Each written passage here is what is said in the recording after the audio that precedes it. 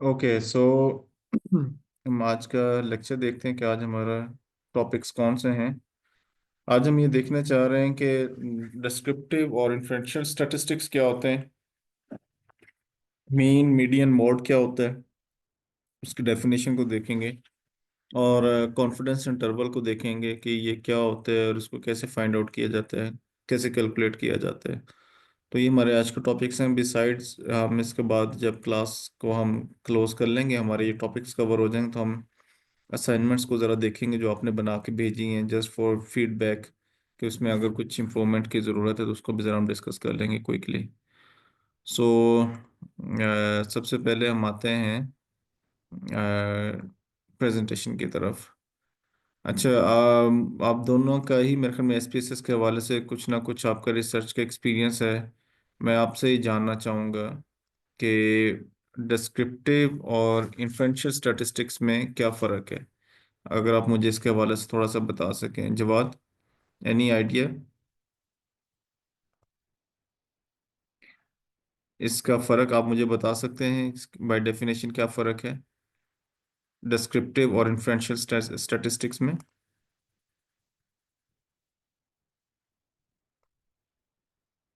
No. Okay. So Umama, आपको idea है इसके हवाले से?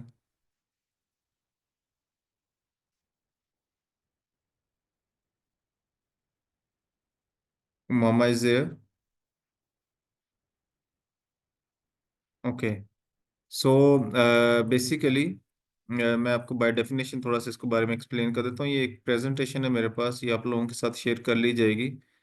बेसिकली ये प्रेजेंटेशन एसपीएसएस की प्रेजेंटेशन से थोड़ा हट के है। इसमें सिर्फ डेफिनेशंस और इंटरप्रिटेशंस हैं। तो वो वाली प्रेजेंटेशन अलग है और ये वाली अलग है। ये आपके साथ शेयर कर ली जाएगी।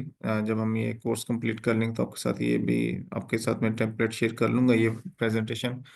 इसमें हमने बेसिकली इसकी इंटरप्रिटेशंस और डेफिनेशंस के ऊपर कुछ चीज़ें इसमें ऐड की हुई हैं। तो जो हमारा टॉपिक है डिस्क्रिप्टिव स्टैटिस्टिक्स, ये क्या होता है बेसिकली? डिस्क्रिप्टिव स्टैटिस्टिक्स वो तमाम इंफॉर्मेशन होती है, वो डाटा होता है जो आप कलेक्ट करते हैं कहीं से, किसी भी फील्ड में से, और किसी भी सर्वे में, किसी भी सर्वे के लिए, किसी भी ऑब्जेक्टिव के लिए। और उसके डाटा की कलेक्शन, फिर उसके ऑर्गेनाइजेशन, उसको फिर प्रेजेंटेबल करना, उसकी प्रेजेंटेशन फॉर्म में लेके आना। तो ये बेसिकली डिस्क्रिप्टिव स्टैटिस्टिक्स होते हैं। फॉर एग्जांपल, इसकी एग्जांपल भी मेंशन है। जैसे आपने एक डाटा कलेक्ट किया किसी भी न्यूमेरिक इंडिकेटर के ऊपर, जैसे आपने स्कूल के बच्चों के ऊपर डाटा कलेक्ट कर लिया या आपने लेबर के ऊपर डाटा कलेक्ट कर लिया, तो अब उसमें कुछ न्यूमेरिकल वेरिएबल्स होते हैं, उनके एवरेजेस, उनके mean, median, mode, standard deviation, इस तरह की जो चीज़ें जो आज हम आगे कैलकुलेट भी करेंगे, इनको सब फाइंड आउट भी करेंगे। तो ये सारी चीज़ें डिस्क्रिप्टिव स्टैटिस्टिक्स होती हैं। और इन्फ्रेंशियल्स क्या होते हैं? इन्फ्रेंशियल्स बेसिकली होते हैं, थोड़ा सा मैं इसको रिफ्रेज अगर कर दूं दोबारा से, अगर बाय डेफिनेशन, अगर आप पहले की डेफिनेशन देखें, descriptive statistics describe the data set but does not allow us to draw any conclusion or mark any inferences about the data. Here we need another branch of statistics जिसको inferential statistics कहते हैं। तो inferential statistics क्या होते हैं? Basically ये hypothesis होते हैं जो स्टैटिस्टिक्स में हम हाइपोथेसिस डेवलप करते हैं, और उसको प्रूव करने के लिए या रिजेक्ट करने के लिए आप जो भी डाटा कलेक्ट करते हैं उसके मुताबिक आप सैंपल साइज कलेक्ट कर रहे होते हैं। तो इस सारे प्रोसेस को इन्फ्रेंशियल स्टैटिस्टिक्स कहते हैं। एक डिस्क्रिप्टिव है जो आपने फील्ड में से डाटा कलेक्ट कर लिया है और उसके ऊपर आपने average, mean, mode, median, mode निकाल लिया, लेकिन एक हाइपोथेसिस होता है जो कि स्टैटिस्टिक्स की एक सेपरेट ब्रांच है। अब इसमें आप क्या करते हैं? हाइपोथेसिस डेवलप करते हैं। If you see the middle line, तो उसमें ये मेंशन है, लेट मी चेक मैसेजेस में क्या है। अच्छा, जब मैं आप दोनों से मुखातिब हूँ अब, तो आप दोनों की आवाज़ नहीं आ रही और आप मुझे टेक्स्ट में मैसेजेस कर रहे हैं। आई थिंक ये एक अप्रोप्रिएट वे नहीं है। अगर मैं आपसे कुछ बात पूछ रहा हूँ तो आपको मुझे माइक ऑन करके उसके हवाले से बताना चाहिए, येस और नो और एनी आंसर। तो anyways, thank you for your message. इसको survey yes, control study wise internal. Okay. So inferential statistics में हाइपोथेसिस होते हैं, और उसमें आप कुछ अज्यूम कर लेते हैं और फिर उसकी बेस पे आप कुछ सैंपल कलेक्शन करके उसके ऊपर आप एक्सपेरिमेंट्स करते हैं। In the last paragraph, in other words, inferential statistics takes data from a sample, not whole data. आप किसी स्कूल के सारे बच्चों के ऊपर एक्सपेरिमेंट नहीं करते, उसमें से किसी एक सैंपल के ऊपर, एक ग्रुप के ऊपर आप एक्सपेरिमेंट्स कर लेते हैं और उसके बाद आप उस उनमें से कंक्लूजन ड्रॉ कर लेते हैं। फॉर एग्जांपल, आपने किसी स्कूल के 100 बच्चों को एनालाइज करना था, आपने 100 के बजाय 10 या 20 बच्चों का एक सैंपल लिया और उस उनके ऊपर अपने स्टडी किया और उनके ऊपर अपने एक्सपेरिमेंट्स किए, और उन बच्चों के रिजल्ट्स को अपने पूरे स्कूल के बच्चों के ऊपर assumptions के साथ आपने कंक्लूजन ड्रॉ कर लिया, तो ये इन्फ्रेंशियल स्टैटिस्टिक्स होता है। Again the third paragraph, in other words, inferential statistics takes data from a sample, जो मैंने भी आपको बात बताई, सैंपल और group of students, and makes inferences about the large population. तो आप उन 10, 20, 40 बच्चों के एक सैंपल में से इंफॉर्मेशन लेके तो आप उसको पूरे स्कूल के ऊपर एक एनालाइज कर लेते हैं, तो ये इन्फ्रेंशियल स्टैटिस्टिक्स होते हैं। सो अब हम चलते हैं कि हमने डिस्क्रिप्टिव स्टैटिस्टिक्स कैसे फाइंड आउट करने हैं, एसपीएसएस में क्या तरीकाकार है उसके लिए। तो ये हमारी फाइल है जो हम रूटीन में यूज़ करते हैं। इसमें अगर आप किसी भी इंडिकेटर के ऊपर आप उसकी फ्रीक्वेंसी रन करना चाह रहे हैं, उसके मेन मीडियन मोड को आइडेंटिफाई करना चाह रहे हैं, तो उसका बड़ा सिंपल तरीका है। मैं आपको दो चीज़ें बता देता हूँ, दो तरीकों से इसको हम कर सकते हैं। एक तो सिस्टमेटिक वे है, जैसे आप एनालाइज मेन्यू में जाइए और एनालाइज मेन्यू में जाके डिस्क्रिप्टिव स्टैटिस्टिक्स में फ्रीक्वेंसीज के ऊपर क्लिक कर लें। फ्रीक्वेंसीज के ऊपर क्लिक करेंगे तो यहाँ पर अब आपके पास, आई होप कि आप फ्रीक्वेंसीज को ज़रूर जानते होंगे। स्टैटिस्टिक्स अगर आपने कहीं पढ़ी है तो फ्रीक्वेंसी एक बिल्कुल बेसिक इंफॉर्मेशन होती है किसी भी डाटा सेट के हवाले से। तो फॉर एग्जांपल, अगर मैं यहाँ पर जेंडर के वेरिएबल की फ्रिक्वेंसी, इसकी मैं फ्रिक्वेंसीज रन करना चाहूँ, तो सिंपली मैंने क्या किया है, आई रिपीट, मैं किसी भी एक इंडिकेटर को पिक करूँगा और मैं इस एरो के ऊपर क्लिक कर लूँगा और उसके बाद मैं ओके प्रेस कर दूंगा, तो मेरे पास उसकी स्टैटिस्टिक्स आ जाएंगी, बेसिक पिक्चर आ जाएगी कि ये डाटा क्या है, अब इसमें कितना सैंपल साइज है, जेंडर के हवाले से कितने मेल्स हैं कितने फीमेल्स हैं, ये बेसिकली इसकी फ्रिक्वेंसी है उस एक इंडिकेटर के हवाले से। लेकिन अगर आप यही काम किसी न्यूमेरिक वेरिएबल के ऊपर करेंगे तो उसके रिजल्ट के अंदर आपके पास कुछ और चीज़ें भी आएंगी। ये हमारे पास नॉमिनल वेरिएबल था जिसमें gender 1 for male and 2 for female था, और इस पूरे डाटा सेट के अंदर, इस कॉलम के अंदर, या इसकी फ्रीक्वेंसी रन करें, लेट मी हाइड दिस। तो आप इसमें क्या करेंगे, आप एनालाइज में जाइए, डिस्क्रिप्टिव में फ्रीक्वेंसीज के ऊपर क्लिक कीजिए और इसको आप रिवर्स कर लें। अब अगर मैं एज के ऊपर, या ये सारे वेरिएबल्स जो आपको स्केल्स नजर आ रहे हैं, ये सारे के सारे न्यूमेरिक वेरिएबल्स हैं, आप इन सब पे साइमल्टेनियसली भी, एट अ टाइम भी आप कर सकते हैं और वन बाय वन भी कर सकते हैं। तो मैं एज के ऊपर एक एक्सपेरिमेंट करता हूँ, मैं इसकी फ्रीक्वेंसी को चेक करता हूँ। बिफोर क्लिकिंग हेयर ओके, मेरे पास यहाँ पर एक टैब है स्टैटिस्टिक्स, आप राइट साइड पे टॉप पे देख रहे हैं इस डायलॉग बॉक्स में। इसके ऊपर अगर मैं क्लिक कर लेता हूँ तो यू सी कि मेरे पास अभी यहाँ पे फर्दर उसकी कुछ इंफॉर्मेशन है। तो मैं पहले आपको एक सिंपल प्रेस करके दिखा देता हूँ, फिर हम स्टैटिस्टिक्स पे जाएंगे। Pressing okay, and you see कि मेरे 4 वैल्यूज मिसिंग है और 496 की वैल्यूज अवेलेबल है, और ये मेरे पास उसका एक टेबल आ गया। अब ये बिल्कुल एक बेसिक फ्रीक्वेंसी टेबल है, इसके अंदर कोई कैलकुलेशंस ज़्यादा परफॉर्म नहीं हुई है, इसमें डिफरेंट स्टैटिस्टिक्स अवेलेबल नहीं है। अगेन आपको यहाँ पे पता चल रहा है, और ईच नंबर का आपको पता चल रहा है कि 22 कितनी दफ़ा रिपीट हो रहा है, 24 8 दफ़ा रिपीट हो रहा है। अगर आप किसी भी नंबर के हवाले से उसकी रिपीटेशन को चेक करना चाह रहे हैं, उसकी फ्रिक्वेंसी को।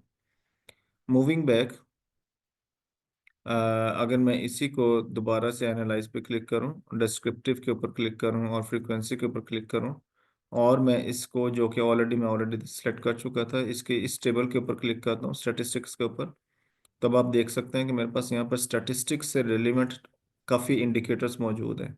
मिसाल के तौर पे मैं इसी इंडिकेटर का मीन मीडियन मोड लेना चाह रहा हूँ।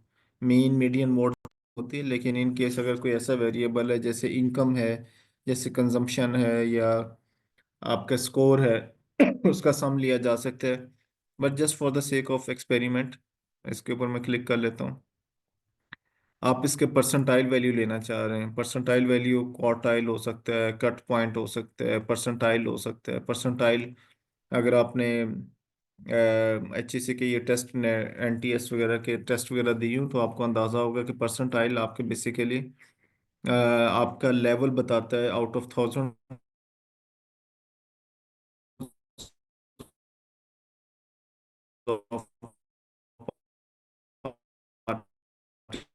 पार्टिसिपेंट्स के आप अपने अचीव्ड स्कोर के साथ परसेंटेज वाइज कहाँ पे खड़े हैं। फॉर एग्जांपल अगर आपका रिजल्ट एनटीएस के टेस्ट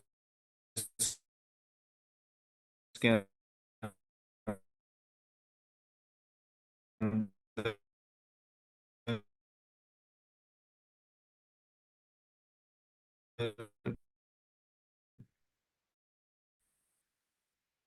60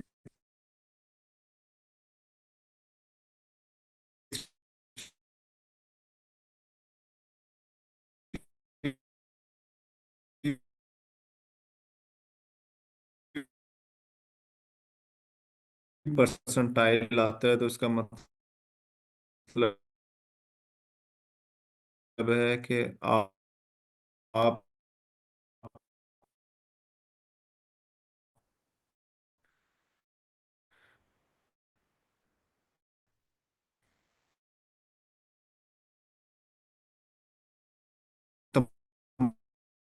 तमाम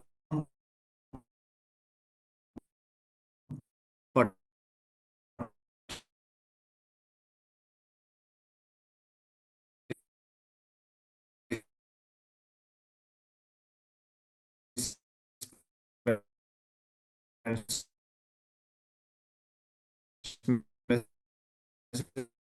से 60 अपने मार्क्स जो आपने अचीव किए उसके साथ आप 63rd नंबर पे हुए हैं।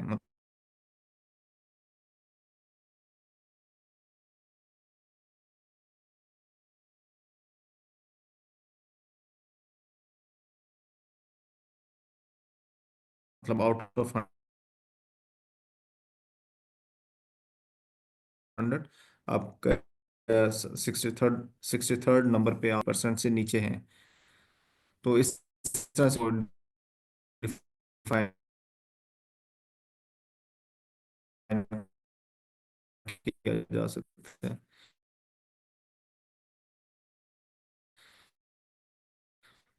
अ, तो ये स्टैटिस्टिकल टर्म्स हैं। आप वेरियस फाइंड आउट करना, आप मिनिमम के रेंज फाइंड आउट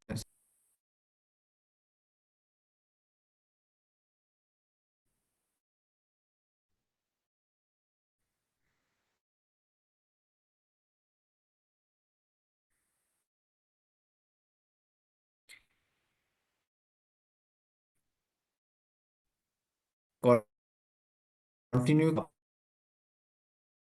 अगर चाहें तो फर्दर चार्ट्स के ऊपर अगर आप इसको चार्ट्स पे लेके आना चाह रहे हैं, बार चार्ट्स या वट एवर, या परसेंटेज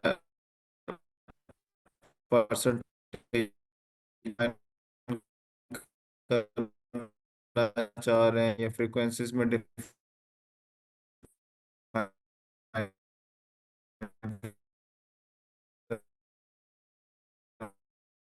चाह रहे हैं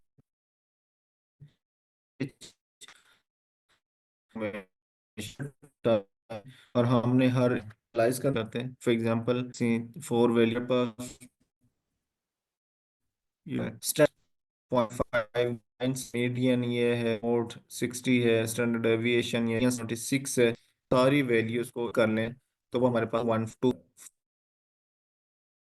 इसी तरह अभी एक वैल्यू की अगर आप विच में, अच्छा इनके मीडियन को इस कर लूँ असेंडिंग ऑर्डर में। तो अब इसकी जो मिडल वैल्यू मतलब ये 250 नंबर पे जो वैल्यू है वो आपका मीडियन कहलाएगा। Late me check it. 250 कहाँ पे, 50 ये मिडल वैल्यू है, ठीक है, अकॉर्डिंग टू द डेफिनेशन। इसको रीचेक कर लेते हैं। Middle value in the list order from smallest to largest. और अगर हम इसको इसके टेबल के अंदर एनालाइज करके देखना चाहें तो हमें पता चल जाएगा कि इसके क्या डेफिनेशन इसने निकाली। 44 होना चाहिए आइडियली, मीडियन 44, यस, आपने चेक कर लिया, मीडियन इज 44। अच्छा, what is mode? Mode definition ये है, the mode is the most frequently occurring value on the list. अब इस कॉलम के अंदर जितनी भी वैल्यूज हैं, 500 वैल्यूज हैं, उसमें से एक वो नंबर होगा जो सबसे ज्यादा रिपीट हो रहा है। तो जो सबसे ज्यादा रिपीटेड नंबर है वो मोड कहलाता है। और हम ये देख लेते हैं कि हमारे पास मोड क्या वैल्यू आती है, 60। तो इसका मतलब ये है कि इस 500 के डाटा सेट में एज के कॉलम के अंदर 60 is the most repeated value. ठीक है जी। सो सिमिलरली अगर हम मूविंग फॉरवर्ड इसको नेक्स्ट स्लाइड पे आए तो हमारे पास यहाँ पे कुछ और भी डेफिनेशंस आ जाएंगे। वेरिएंस, वेरिएंस क्या क्या मतलब, ये सारी स्टैटिस्टिकल टर्म्स हैं। वेरिएंस बेसिकली ये होता है कि जो हर वो नंबर जो आपके ग्राफ के ऊपर आपकी mean value, for example you have 500 observations, इस 500 ऑब्जर्वेशंस में से आपकी जो मीन वैल्यू आ रही है, मेरे ख्याल में वो 44 पॉइंट समथिंग था, 42 point something the mean value.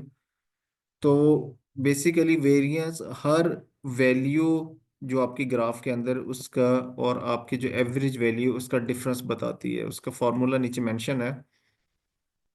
For example अगर मैं यहाँ पर इसके ऊपर आ जाऊँ तो मीन वैल्यू कितनी है, 42.83। तो इसका मतलब है कि इसमें 500 वैल्यूज जो हैं वो कहीं ना कहीं इस मीन वैल्यू के आसपास कहीं ना कहीं लाई कर रही होंगी। कोई 41 होगी, कोई 43 होगी, कोई 47 होगी। तो वेरिएंस बेसिकली आपको हर वैल्यू का मीन से डिफरेंस बताती है कि इसमें से जो बाकी वैल्यूज हैं वो उसका मीन से कितना डिफरेंस है। Variance refers to a statistical measurement of the spread between numbers in data set. More specifically, variance measures how far each number in the set is from the mean। बस ये आपने जहन में रखना है, उसका डेफिनेशन, उसका फॉर्मूला ये मेंशन है। Variance is often depicted by this, ये जब हम इसके फॉर्मूला के ऊपर या इसके स्टैटिस्टिकल के ऊपर काम कर रहे होते हैं, बाय आप कह लीजिए इक्वेशन वाइज या इसका डेफिनेशन, तो उसका सिंबल जो होता है वो ये साइन होता है वेरिएंस का। नेक्स्ट इज वेरिएंस हो गया, उसके बाद है हमारे पास स्टैंडर्ड डेविएशन। तो what is standard deviation? Standard deviation measures the dispersion of a data set relative to its mean, ठीक है, and is calculated as a square root of the variance। अच्छा, जो आपने पिछली स्लाइड के अंदर ये वेरिएंस फाइंड आउट किया था ना, इसका अगर आप स्क्वायर रूट ले लें तो आपका स्टैंडर्ड डेविएशन होता है। और स्टैंडर्ड डेविएशन होता क्या है, लेट मी, मेरे ख्याल में डबल हमारी होगी, डुप्लीकेट स्लाइड है। स्टैंडर्ड डेविएशन मैयर करता है आपका आपकी वैल्यूज का आपकी जो मीन है उससे आपका जो डिफरेंस है उसको कैलकुलेट करता है। और उसका तरीका क्या होता है, अगर आप कैलकुलेटर से इसको एनालाइज कर रहे हैं तो आप आपकी जो वेरिएंस की जो वैल्यू आएगी उसका स्क्वायर रूट ले लेंगे तो आपके पास स्टैंडर्ड डेविएशन आ जाएगा। The standard deviation is calculated as a square root of the variance by determining each data points. ठीक है, इस deviation relevant to the mean. तो ये उसका फॉर्मूला है, ये उसकी डेफिनेशन है। अगेन स्टैंडर्ड एरर क्या होता है? Standard error basically is approximate standard deviation of a statistical sample population, ऐसे, ठीक है ठीक है ठीक है। ओके, तो इसको मैं थोड़ा सा क्लियर कर देता हूँ। देखें, आपके पास जब आपने एक डाटा सेट कंक्लूड किया, आपने आपके पास दो वैल्यूज हैं, एक आपने एक सैंपल साइज लिया, एक आपके पास ओवरऑल पॉपुलेशन है। मिसाल के तौर पे आपने एक स्कूल के अंदर बच्चों की हाइट को मेजर किया, तो स्कूल के 100 बच्चे थे और आपने 100 बच्चों की जब एवरेज हाइट कैलकुलेट की तो वो निकली लेट्स से 20.5, फॉर एग्जाम्पल 20.5। लेकिन अगर आपने उसी स्कूल के 100 बच्चों के बाद किसी एक क्लास के बच्चों का सैंपल लिया और उसके आपने बच्चों को ही हाइट को मेजर किया, तो उसकी हाइट, जो एवरेज हाइट क्लास के बच्चों की है, जो आपका आपका सैंपल साइज है, वो मे बी 16.5 हो। तो 16.5 वर्सेस 20 ओवरऑल जो पॉपुलेशन है उसकी जो हाइट का एवरेज है, तो इन दोनों के डिफरेंस को स्टैंडर्ड एरर के साथ मेजर किया जाता है। तो अगर आप इसके अंडरलाइन देखें सेकंड पैराग्राफ को, इन statistics a sample mean deviate from the actual mean of population. Actual mean का मतलब आप इस तरह से अज्यूम कर लीजिए कि जो आपकी ओवरऑल स्कूल की पॉपुलेशन है, और सैंपल मीन क्या है, आपने किसी एक क्लास के बच्चों को एनालाइज किया तो वो सैंपल हो जाएगा। इन दोनों की जो वेरिएशन है, this deviation is the standard error of the mean. इसको हम स्टैंडर्ड एरर कहते हैं। दोनों के मीन्स के जो डिफरेंस है उसको स्टैंडर्ड एरर कहा जाता है। आई होप कि आपको ये क्लैरिटी हो रही होगी डेफिनेशंस के, अदरवाइज इसको आप थोड़ा सा और एक्सप्लोर कर सकते हैं for further clarity, for further understanding. ये कुछ डेफिनेशंस हैं, ये हम जो स्टैटिस्टिकल टर्म्स हैं उनके हवाले से हमने कैसे कैलकुलेट किया, उनको कैसे हमने फाइंड आउट किया, और कैसे आप उसके ऊपर उसकी इंटरप्रिटेशन दे सकते हैं। मूविंग फॉरवर्ड, हमारे पास जो नेक्स्ट टॉपिक है, हमने डिस्क्रिप्टिव को समझ लिया, मीन मीडियन मोड को समझ लिया। अब कॉन्फिडेंस इंटरवल है। तो कॉन्फिडेंस इंटरवल भी एक इम्पोर्टेंट इंडिकेटर है स्टैटिस्टिक्स का। इसको कैसे स्पेसेस के अंदर मेजर किया जाता है, कैसे इसको फाइंड आउट किया जाता है, तो इसके हवाले से हम थोड़ा सा ये देखेंगे। बेसिकली इसकी पहले डेफिनेशन देख लेते हैं कॉन्फिडेंस इंटरवल की। कॉन्फिडेंस इंटरवल होता क्या है? Again I am on the same slide, same presentation.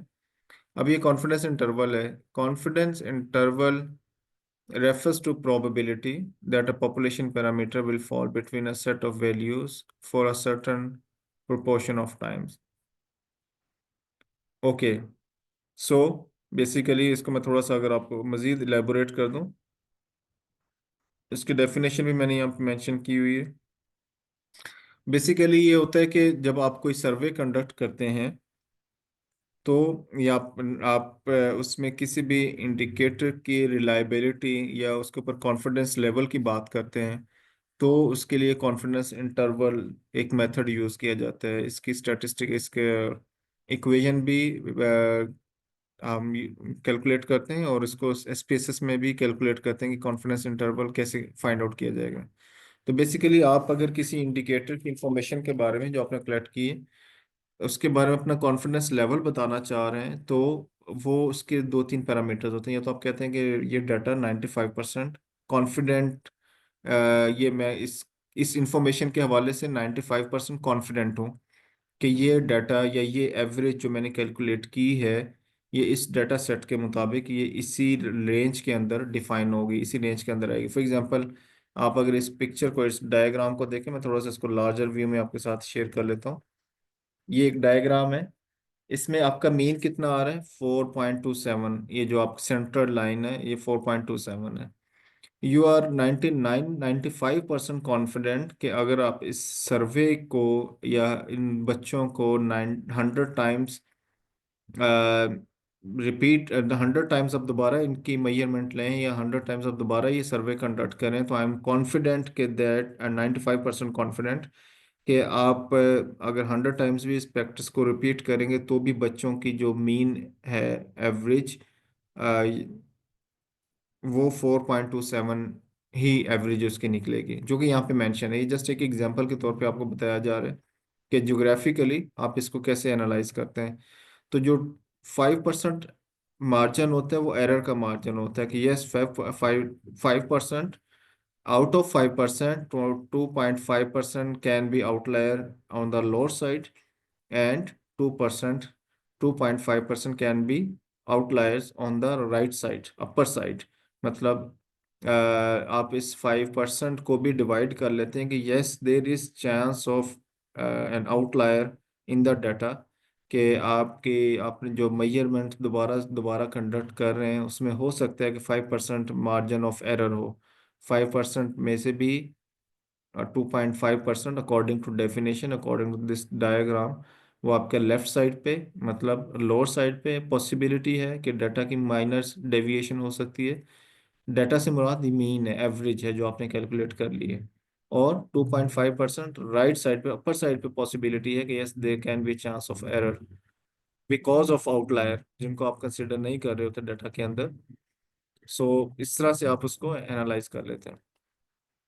अच्छा, अगेन इसमें भी अगर आप इसके डेफिनेशन देखें तो इसमें भी यही है। पहले हम ऊपर वाली डेफिनेशन को दोबारा देख लेते हैं। Confidence interval measures the degree of uncertainty and certainty in a sampling method. तो बेसिकली इसमें आपको अपने कॉन्फिडेंस लेवल के ऊपर आप इसको गेज कर रहे होते हैं, कॉन्फिडेंस लेवल के बारे में आप इसको बता रहे होते हैं। सो अगेन नीचे भी आपके पास कुछ एक एग्जांपल मेंशन है। फॉर एग्जांपल अगर आप कुछ कुछ किसी स्कूल के अंदर स्टूडेंट्स के हाइट को मेजर कर रहे हैं, because you only measured a sample and not everyone. आप स्कूल के 1,000 बच्चों को एनालाइज नहीं कर रहे, उनकी सबकी मेजरमेंट नहीं ले रहे। आपने इसमें से एक सैंपल साइज लिया और आपने उस उनकी मेजरमेंट को चेक किया और आपने एक कंक्लूजन निकाला, and you are confident that कि आपने जो नंबर बताया है अपने एनालिसिस के बाद, 95% इज द चांस कि अगर आप उसको 100 टाइम्स भी रिपीट करेंगे उस एक्सपेरिमेंट को, तो वो जो नंबर आपने बताया है वो 95% कॉन्फिडेंस इंटरवल है उसके ऊपर। आपका 95% कॉन्फिडेंस है स्पेसिफिक नंबर के ऊपर कि वो नंबर वही रहेगा। 5% कैन बी लेस और मोर। अच्छा, अब इसको जब कैलकुलेट करते हैं तो ज़्यादातर 95% कॉन्फिडेंस चल रहा होता है। समटाइम्स ये 99% कॉन्फिडेंस पे भी लिया जाता है। कुछ रिसर्चर्स हैं जो 99% कॉन्फिडेंट होते हैं और वो अपने स्टडीज़ के अंदर इसको 99% ही मेंशन करते हैं। इसका मतलब ये है कि they they have only 1% margin of error. और कुछ स्टैटिशियंस हैं जो 90% के ऊपर चल रहे होते हैं। यूजुअली जो प्रैक्टिस है वो 95% की है। अगर आप स्टडीज देखें, रिसर्च पेपर्स देखें, तो 95% कॉन्फिडेंस इंटरवल चल रहा था। अच्छा, how to calculate this 95% confidence interval? ये जो रेंज है, लोअर और अपर रेंज, इसको फाइंड आउट करने का तरीका क्या है SPSS के अंदर? हम इसके ऊपर आते हैं and we try to understand. आप इस पे आ जाइए और एक्सप्लोर के ऊपर, लेट मी चेक। यस, यही है। ठीक है, let me do it. Analyse descriptive statistics और थर्ड नंबर पे एक्सप्लोर, इसी को क्लिक कीजिए। अब आप यहाँ पर कोई भी इंडिकेटर पिक कर लें। फॉर एग्जांपल आप स्कोर के ऊपर या IQ लेवल के ऊपर या स्कोर के ऊपर आप कॉन्फिडेंस इंटरवल फाइंड आउट करना चाह रहे हैं। स्टैटिस्टिक्स में आइए और कॉन्फिडेंस इंटरवल ऑफ मीन, आप यहाँ पर या तो 95% रखेंगे या 99% रखेंगे या 90% रखेंगे। बाय डिफॉल्ट 95% ही है, ठीक है। अब अगर आप इसमें कुछ एडिशनल इंफॉर्मेशन को निकालना चाहें, जैसे आउटलायर, परसेंटाइल, एस्टिमेशन, एस्टिमेटर्स, तो आप इनको सिलेक्ट कर लीजिए। अगर आप इनको प्लॉट करना चाहें, प्लॉट कर लें। डिपेंडेंस हिस्टोग्राम पे प्लॉट करना चाह रहे हैं या किसी भी और एंगल में इसको देखना चाह रहे हैं, तो आप इसके ऊपर ओके का बटन प्रेस कर दें, तो यू सी कि आपके पास एक टेबल आ जाता है डिस्क्रिप्टिव का। इसमें 95% confidence interval with lower bound and upper bound दोनों आ गया। इसका क्या मतलब है? इसका मतलब ये है कि अगर इस स्टडी के मुताबिक आपका जो मीन है स्कोर का, हमारा वेरिएबल क्या था बाय द वे? स्कोर था। हमने स्कोर का ही इंडिकेटर उठाया है ना, स्कोर है। तो अगर आपका स्कोर ऑन एवरेज 766.39 है, तो ये लोअर और अपर बाउंड आपको ये बता रही है कि विद 95% कॉन्फिडेंस इंटरवल ये एवरेज से या तो 5% नीचे है तो 753 हो सकता है, और अगर ये 5% ऊपर जाए अपर रेंज में तो ये 779.779 हो सकता है। तो ये उसकी रेंज है। 5% ट्रिम्ड मीन, उन्होंने 5% के साथ भी इसको मेंशन कर दिए। ये भी मीन है और ये ट्रिम्ड मीन है। Median, variance, standard deviation, minimum, maximum, ये सारे एडिशनल इंफॉर्मेशन है जिसके साथ उन्होंने फाइंड आउट कर दिया, आपको कैलकुलेट करके दे दिए। परसेंटाइल्स आ गए हैं, एक्सट्रीम वैल्यूज आ गए हैं। भाई एक्सट्रीम वैल्यूज क्या हैं? बेसिकली आउटलायर्स हैं आपके इस स्टडी के अंदर। लोअर साइड पे और हाइट साइड पे जो आउटलायर्स हैं वो भी निकाल के दे दिए हैं स्कोर के अंदर। तो उसका भी टेबल यहाँ पे मेंशन है। आपने हिस्टोग्राम के ऊपर क्लिक किया था तो हिस्टोग्राम भी आ गया। तो सिमिलरली आप यहाँ पर इस तरह से इंफॉर्मेशन को एनालाइज कर सकते हैं। 1 मिनट होल्ड कीजिएगा।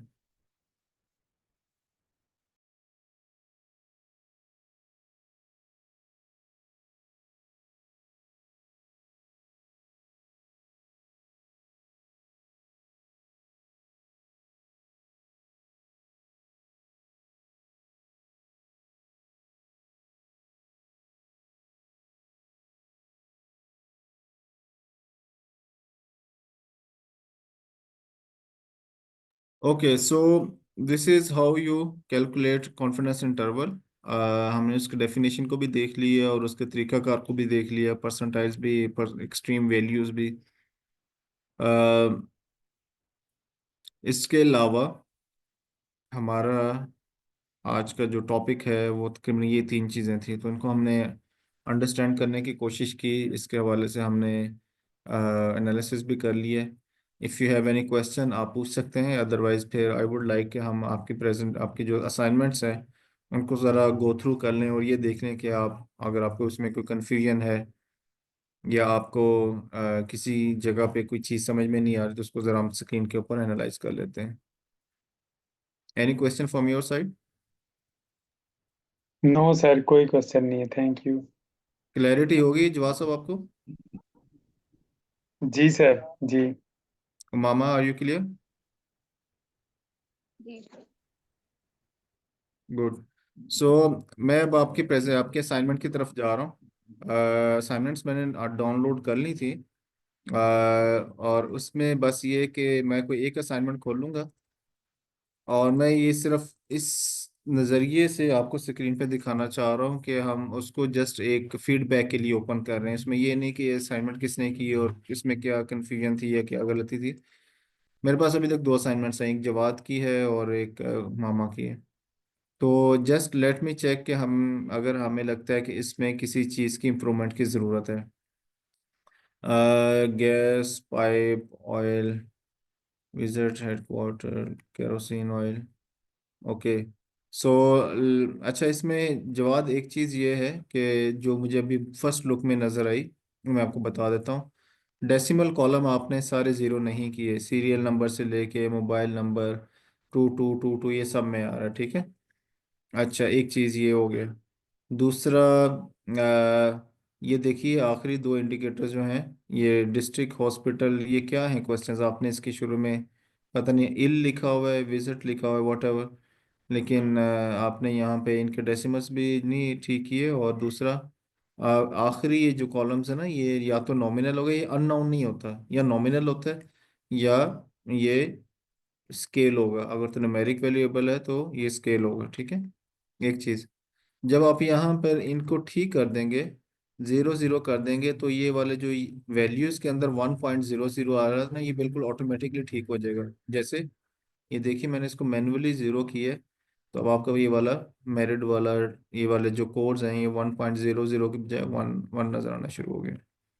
एक और चीज़ जो इसके अंदर है, अदर देन सीरियल नंबर, आपके क्वेश्चन के ऊपर जो भी क्वेश्चंस हैं उन क्वेश्चन नंबर को मेंशन करना बहुत ज़रूरी होता है। वाई?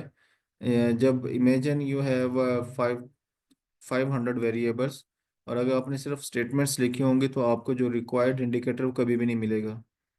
तो क्वेश्चन नंबर मेंशन करना बहुत ज़रूरी है। क्वेश्चन नंबर, आप मेरी अगर इस डेटाबेस में देखें तो ये देखिए, इसके अंदर अगर मैं वेरिएबल व्यू में जाऊं तो यू सी कि आपको यहाँ पर क्वेश्चन नंबर्स नज़र आने शुरू हो जाएंगे, हर एक से पहले उसका क्वेश्चन नंबर मेंशन है।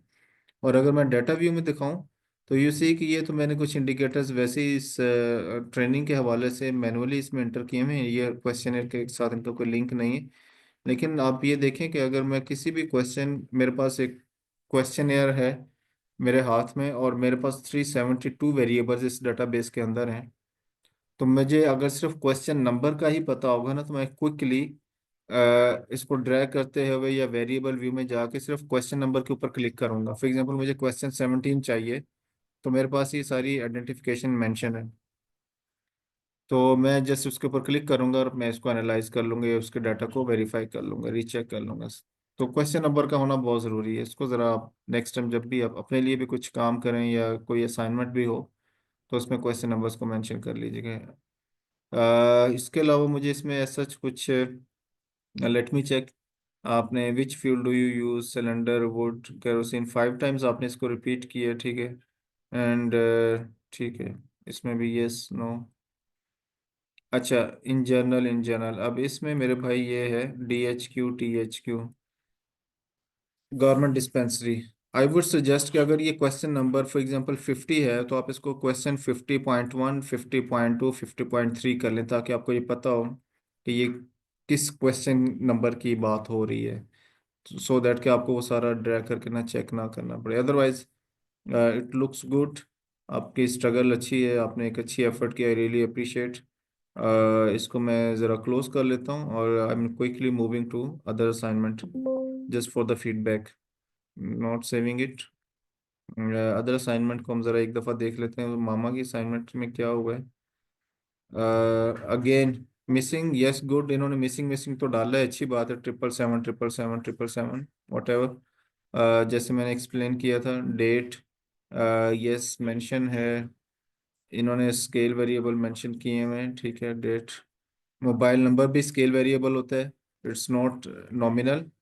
ये एड्रेस अल्फ़ाबेट्स होता है, ठीक है, डिस्ट्रिक्ट, ये मैरिटल स्टेटस। अच्छा, इसमें आप उसको डिफ्रेंशिएट ज़रा स्पेस दे दिया करें विद अंडरस्कोर, अदरवाइज ये एक लेमैन के लिए, एक आम बंदे के लिए जो इस साइंस डेटाबेस को फर्स्ट टाइम देख रहा हो उसके लिए थोड़ा सा मुश्किल होगा पढ़ने के लिए ना, तो इसको अंडरस्कोर के साथ ज़रा डिफ्रेंशिएट कर दिया करें, marital status, pipe gas, cooking, fuel.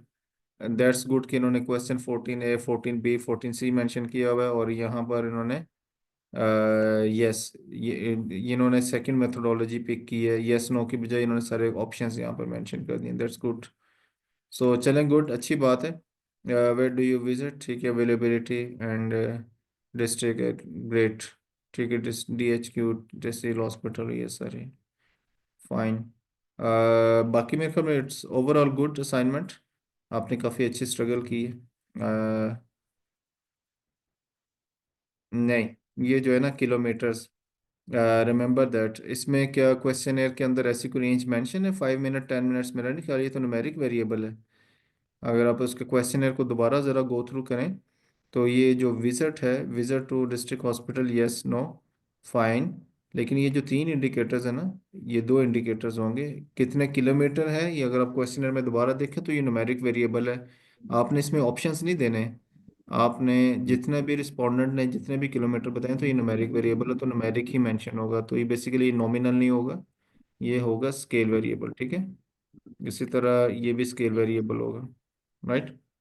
सो हाँ, मोड वाला जो है ये नॉमिनल बनता है कि आप उनसे पूछना बाय फुट जाते हैं या बाय व्हीकल जाते हैं, कैसे जाते हैं। तो यस, साउंड्स गुड, अच्छी आपने असाइनमेंट की, स्ट्रगल की है, तो keep it up. Next assignments भी आपको मिलती रहेंगी, उनको भी आप ज़रा इसी तरह से टाइम टू टाइम सबमिट करवाते रहें। और आपके एक आपके लिए एक टेबल भी बन रहा है, उस टेबल में भी रिजल्ट्स आते रहेंगे, तो हम एट द एंड आपको उस टेबल भी दिखा देंगे कितनी असाइनमेंट्स आपके सबमिट हो चुकी हैं, कितनी नहीं हुई।